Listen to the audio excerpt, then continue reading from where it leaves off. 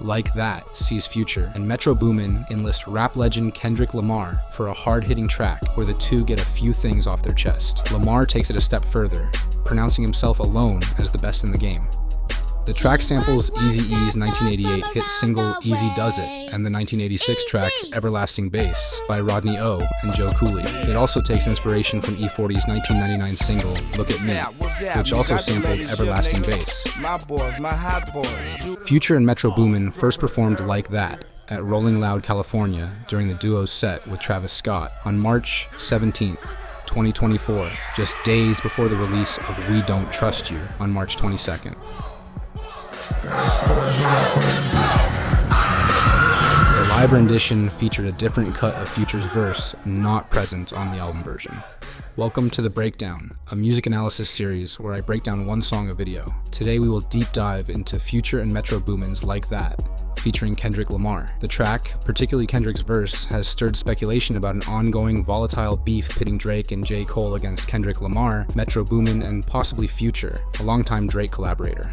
With the two factions seemingly at hip-hop war with one another, Future and Kendrick launch an impressive offensive with a barrage of bars steeped in rich lyricism. We are only in the first act of this battle, but I'll let you all decide which faction has the best chance of coming out on top. Without further hesitation, let's unravel the track's production and unpack these lyrical layers together. Now here's the breakdown. Watch the breakdown. Sticking to the code, all these hoes for the street.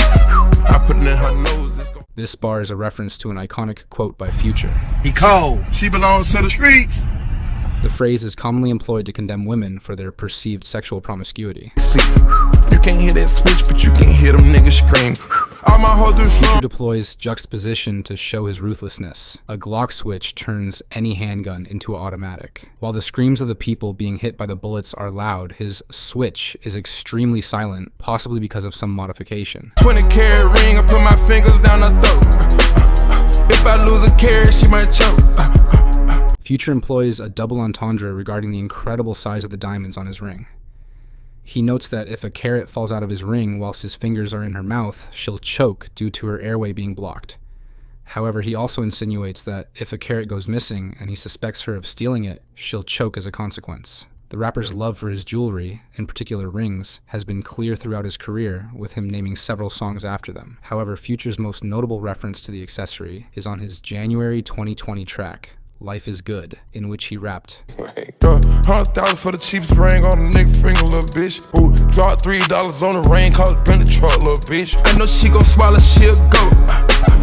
Future calls her a throat goat to emphasize her sexual abilities. Hendrix spits similar lines for the post-chorus of Lil Yachty's 2020 track, Pardon Me. I'm a good player by thug. Hit on that throat, she'll go. Smashing that throat, she'll go. Feeling like an igloo now. And the model still the same. Ball like I won a championship game. This line likely interpolates Birdman's lyrics and flow on his 2007 Lil Wayne-assisted track, Pop Bottles. Champagne like we won a championship game. You can have that look, bitch, you ain't mad. Young dope dealer seller. This sample, originally sung by R&B singer Michelle Le, is from the intro to Eazy-E's September 1988 hit single Easy Does It. He was once a thug from around the way. Easy! While Eazy's track has been sampled on numerous occasions, it is perhaps most notoriously used on The Game and Kanye West's provocative January 2022 single Easy, where Michelle's vocals are used on the track's main chorus. He was once a thug from around the way. These niggas talking out of their neck. Don't put no coughing out of your mouth. I'm way too paranoid for it. Kendrick warns anyone not to say anything that could lead to their demise. This bar is likely in direct response to Drake and J. Cole's track, First Person Shooter. On his opening bar, J. Cole raps, First person shooter mode, we turning your song to a funeral. Kendrick also deploys a homophone with the word coffin, sounding like coughing. Coffin, referencing back to J. Cole's bar, and coughing, suggesting the action could get you sick. I'm way too paranoid for a threat. Hey, let's get it, bro. Kendrick has always experienced paranoia, as he stated previously. Artists just get paranoid in any situation and circumstance. I'm always paranoid.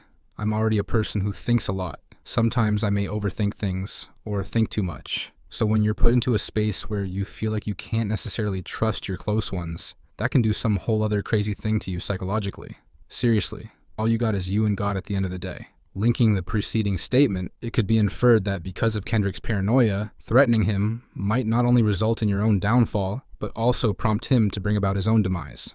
Hey, let's get it, bro. DOT, the money, power, respect. The last one is better. Say yes, a lot of goofies with a check. Kendrick makes a callback to his 2012 song Backseat Freestyle, with lyrics from its chorus: "All my life, I want money and power, respect my mind, or die from lead shower."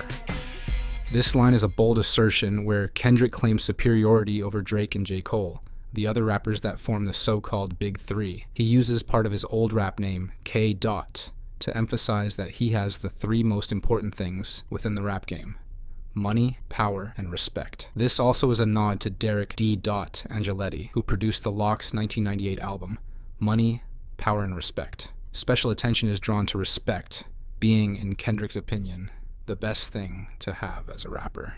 Kendrick has had a history of working on more conscious and less mainstream albums like To Pimp a Butterfly and Mr. Morale and the Big Steppers, with the 5-year wait for the latter album, especially proving that he values quality and reputation over money. The last one is better may also be a jab at Drake specifically, with him having a large amount of power and the most money out of the Big Three, but also lacking the respect given to Cole and Kendrick by many in the rap scheme. The money, power, respect. The last one is better. Say yes, a lot of goofies with a check. Here, Kendrick references a check in 3 distinct ways. A check as in money, a check as in a social media verification checkmark, and the iconic Nike Swish logo that resembles a check. The underlying message being there are a lot of unserious people with money or online clout, but they both don't mean anything without respect. Drake has been tied to Nike and the iconic checkmark since 2013. Kenny is clearly calling out the Jump Man rapper here and suggesting he is one of these aforementioned types of people. The bar fully resonates when we consider that Goofy is also a humorous, silly cartoon dog, which plays on Drake's latest album title, For All the Dogs. Kendrick calls Drake goofy like the cartoon, popular, but not something to be taken seriously. I hold them sentiments symbolic. My temperament bipolar, I choose violence. Okay. Kendrick is hoping what Cole is saying about a Big Three and how Kendrick and Drake are superstars to him are symbolic. Kendrick is not giving out compliments. He wants to challenge the game. He chooses violence. Kendrick is saying aw to lead into the line, I hope them sentiments symbolic, because aw is usually what people say when they hear or see something cute or sweet. By having a reaction to a threat that's more fit for someone giving a compliment, Kendrick is downplaying how seriously he's taking the threat. Okay, let's get it up. It's time for him to prove that he's a problem. Niggas clicking up, but they not be legit. No 40 water, tell him. Another diss towards J. Cole, telling him to start proving why he is someone you don't want to diss. Kendrick prefaces his next set of lines with some wordplay around Vallejo rappers E40, his cousin B Legit, and their group The Click, which also includes 40's siblings D-Shot and Suga T. Kendrick suggests rappers such as J. Cole and Drake are forming a cliques or clicking up to go against him. While they claim they are in his class or on the same level, Kendrick suggests they can't be serious or be legit. Kendrick might also be suggesting that they can't be legit or be their authentic selves on the mic, like Kendrick on his songs, or E40 on a track like 40 Water. Kendrick's line may also be responding to those first-person shooters in saying they're clicking together, as in firing empty guns in his direction, while making inauthentic claims such as, I'm down to click out on you hoes and make a crime scene.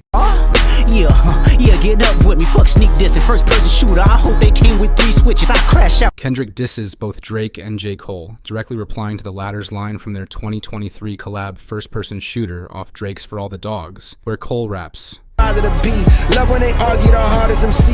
Is it K-Dot, is it Aubrey or me? We the Big Three like we started a league. The 3 are universally considered the greatest mainstream rappers of 2010s hip-hop. That is, the Big Three, as dubbed by Cole. While Jermaine seemed to take a more friendly approach to the debate by collaborating with Drake, Kendrick rejects this civility altogether. In a sense, this is Kendrick standing firm on exactly what he said a little over a decade ago on 2013's Control by Big Sean, where he famously declared, but this is hip-hop and them niggas should know what time it is. And that goes for Jermaine Cole, Big Crit Wale, Pusha T, Meek Mills, A$AP Rocky, Drake. And finishes the bar with this, I got love for you all, but I'm trying to murder you niggas. It should also be noted that Cole raps his bar on First Person Shooter by declaring, Started a league, but right now I feel like Muhammad Ali. Three-time world heavyweight champion Muhammad Ali is largely considered one of the greatest boxers of all time and would often declare it to the world. You all that I was the greatest of all time. In this line, Cole likens himself to the champ, while implying that he is also the greatest in his respective discipline. I have no doubt Kendrick took issue with that assertion. Like fuck rap, this Melly Mel if I had to. Got 2 T's with me. I'm snatching chains and burning tattoos. It's up. Grandmaster Mel was the lead rapper and songwriter of Grandmaster Flash and the Furious Five, the 1970s New York hip-hop collective that not only pioneered the art of rapping, but the genre of hip-hop altogether. To diss Mel would be dissing rap and hip-hop itself, which Kendrick is well aware of and willing to do if necessary. 2T's is the director of security at Kendrick's former record label Top Dog Entertainment, and a close friend of Lamar in general. Kendrick insists on having a bodyguard when making threats, as he's seen many of his more reckless peers die without one. Snatching chains and burning tattoos are violent acts meant to strip someone of their respect, which Kendrick, whether figuratively or literally, insists on doing to both Drake and J. Cole. If he walk around with that stick, it ain't Andre 3K. Think I won't drop the location, I still got PTSD. Motherfuck the big 3. Kendrick references hip-hop legend Andre 3000, who received attention online for being spotted carrying and playing a flute in various places around the world throughout 2023. However, the stick Kendrick references isn't a flute, but a firearm. Considering the context of this being a rather direct diss, this is likely a direct shot at J. Cole. Both Stick and PTSD are tracks from Cole's collaborative Dreamville projects of 2019 and 2022 respectively. In fact, Kendrick may be directly replying to Cole's final line on Stick, where he rapped, But I still treat her right through the hood like I hike through the woods. Got a stick that I take with me. Kendrick may be daring Cole to confront him, even offering to publicize his location. Since Drake is dissed in the song as well, this may even be a subtle play on Drake's line on Rich Flex from his 2022 project Her Loss, where he said, Daddy pushing P, you niggas pushing PTSD. I told her ass to kiss me. That and your best work is a light pack, nigga. Prince outlived Mike Jack, nigga. Boom! Kendrick lets both rappers know that their legacies will not outlive his, comparing his body of work to that of Prince, who outlived Michael Jackson by just under 7 years. The two, while contemporaries of pop music for the better part of 2 decades, had a well-documented beef that spanned into the public sphere, just as Kendrick is now doing with his 2 fellow MCs. This also directly responds to Drake's boast in First Person Shooter, where he compares his commercial success to Michael Jackson's. Fuck bro, I'm one away from Michael, nigga. Beat it, nigga. Beat it, what? Beat it, what? There are notable parallels between the two beefs, which Kendrick may very well be invoking. Kendrick and Prince have been generally acknowledged to have deeper artistic value in what they produce, albeit a step below their contemporaries in popularity,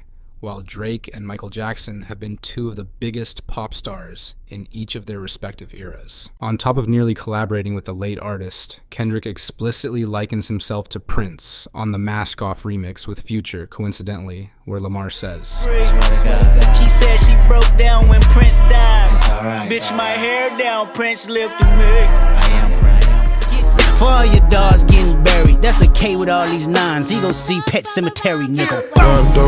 Finally, Kendrick makes one last call out to the duo by calling them dogs that will end up being buried in the Pet Cemetery, the title of a 1983 best-selling novel from horror writer Stephen King. It's also a play on For All the Dogs, the aforementioned album that First Person Shooter is on. Making further wordplay, Dot compares his ammo to that of a K, or an AK-47, which is a much more high-powered weapon than the 9 that Drake and Cole have, which is most likely a 9mm pistol, while also stringing the 2 guns together in the line to form K9, an alternate term for dogs derived from their Latin name. K could also be shorthand for Kendrick's K-Dot moniker. While Drake and Kendrick and associates have been trading subtle shots at each other for years, it's interesting that Lamar has brought Cole into this since the 2 have generally gotten along publicly. They even teased having an album together in fall 2015 by rapping over each other's beats on Black Friday. The whole industry been in shambles. Everybody fugazi, I'm just changing. It should also be noted how Kendrick chose to go after Drake on a song with Metro Boomin and Future, as the latter is a prolific collaborator with Drake. While it's unknown if Future and Drake have active beef, Metro Boomin and Drake have been suspected to have disdain for each other in private. While the hip-hop world teeters on the brink of civil war, I can't remember the last time the genre was this exciting. Tensions between both groups feel palpable, and the ensuing animosity will undoubtedly be deliciously entertaining. Kendrick drew first blood with this track, but how Drake and J. Cole respond will ultimately determine the course of the war. Who do you think emerges the victor atop hip-hop's throne? Thank you for watching the breakdown. If you enjoyed this video, consider subscribing. It's just me here on Next Wave Music, and I could use all the support I can get growing this channel. Let me know what song I should break down next, and come back every Friday for a new video.